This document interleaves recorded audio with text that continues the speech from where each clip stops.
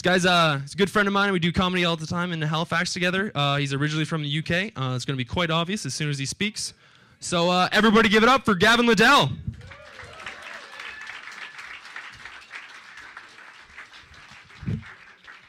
Hey guys, how's it going? How's it going? Good. So obviously you can tell from my ridiculous accent and the intro, I'm not local, right?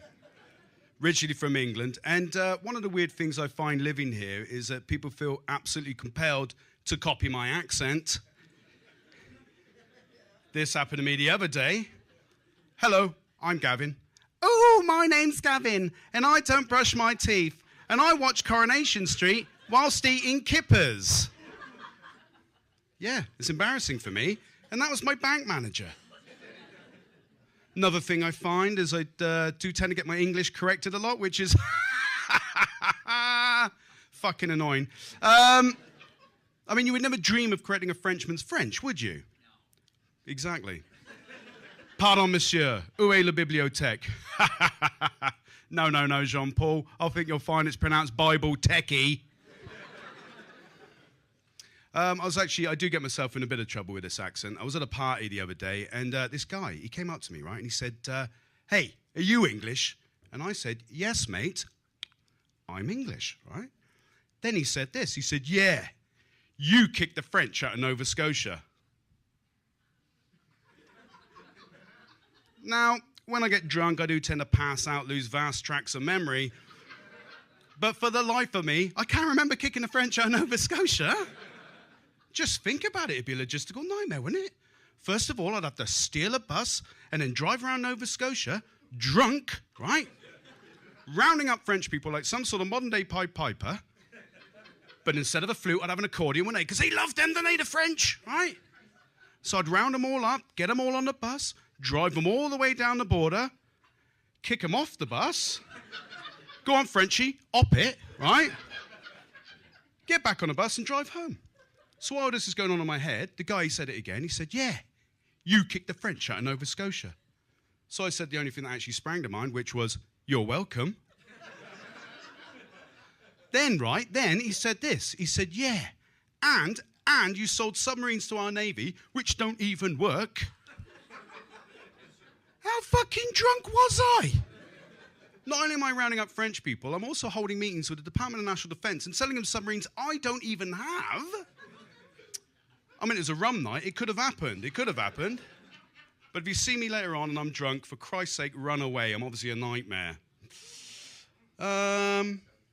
Here's something else that happens to me, right? Whenever I meet a new group of people, someone will always say, hey, I've got a friend who's English. You guys should meet.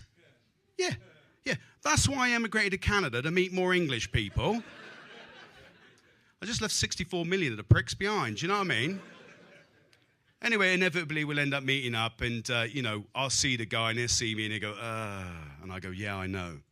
Because the only other thing we actually have in common apart from being English is that we hate English people. So trying to hook us up is really weird. It's really weird, yeah. English muffins. Yeah, I went there. English muffins. It's a hot topic, I know.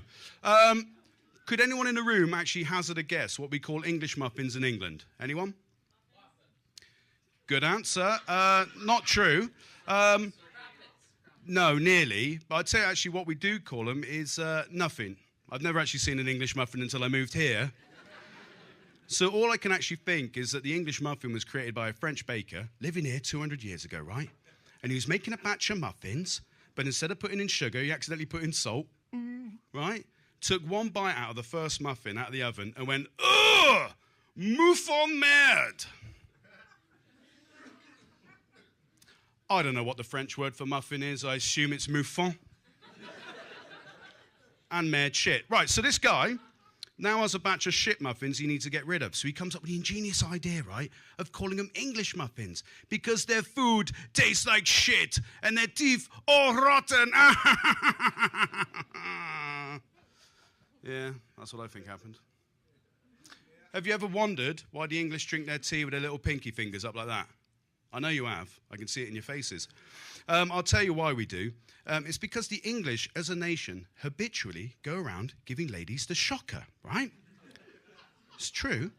And we absolutely hate getting our fine china dirty. We really do. Yeah, welcome to England. Cup of tea. Girl, you know it's true. Girl. Yeah! Little bit of Milli Vanilli. Hey, you weren't expecting that tonight, were you? Eh? Did you actually know that the surviving member of Milli Vanilli now sells second-hand cars? Used cars, right? Would you buy a used car off him? Of that lying bastard? There's no way you'd buy a used car. But if you did, could you imagine you bought it and now the sunroof leaks? So you take it back and you go, hey, Milli and or Vanilli, I don't know which one you are. I bought a car off you last week and now the sunroof's leaking. What are you going to do about it? There's not much I can do. You just got to blame it on the rain. Milli Vanilli-based comedy is the future, I'm telling you. Yeah. So I've just recently celebrated a birthday, 21. Yeah. 21, right? And I really wanted one of those new iPads, but they're so expensive, aren't they? Right? So my wife, bless her, she got me the next best thing. You guessed it, an Etch-a-Sketch. Yeah. It's actually not as bad as you think. We actually use the Etch-a-Sketch for writing down shopping lists. But the only problem is, whenever I use the Etch-a-Sketch for writing down a shopping list, I only seem to be able to buy stairs. Thank you. Is it just me? Or have you ever noticed, right, when a cat's licking its downstairs area, right, and it's got its back leg up like that, it looks a little bit like a bagpipe? Have you ever noticed that? Right? I'll tell you what, when you pick them up, stick a straw up their bum and start blowing. They don't like it.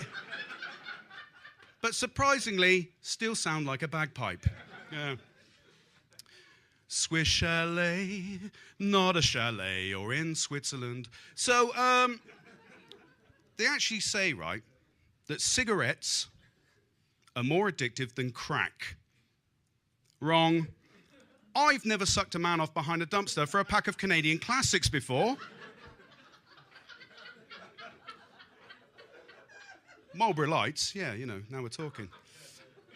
All right, guys, I'm going to leave you this last one, and it's something that really irritates me, and no doubt irritates you as well, and that are the gaps around toilet doors. What the hell are they for? You look at any other door in the entire building, no gaps around it, but oh, the door you want to take a poop behind has a gap around it, doesn't it? That's convenient. I actually find, right, that the gaps around toilet doors are very much like cleavage. They are. Because it doesn't matter who you are, you're always going to have a sneaky peek, aren't you? Hey? Thanks, guys. Thank you ever so much for listening. Enjoy the rest of the show. Gavin Liddel, everybody. Yeah.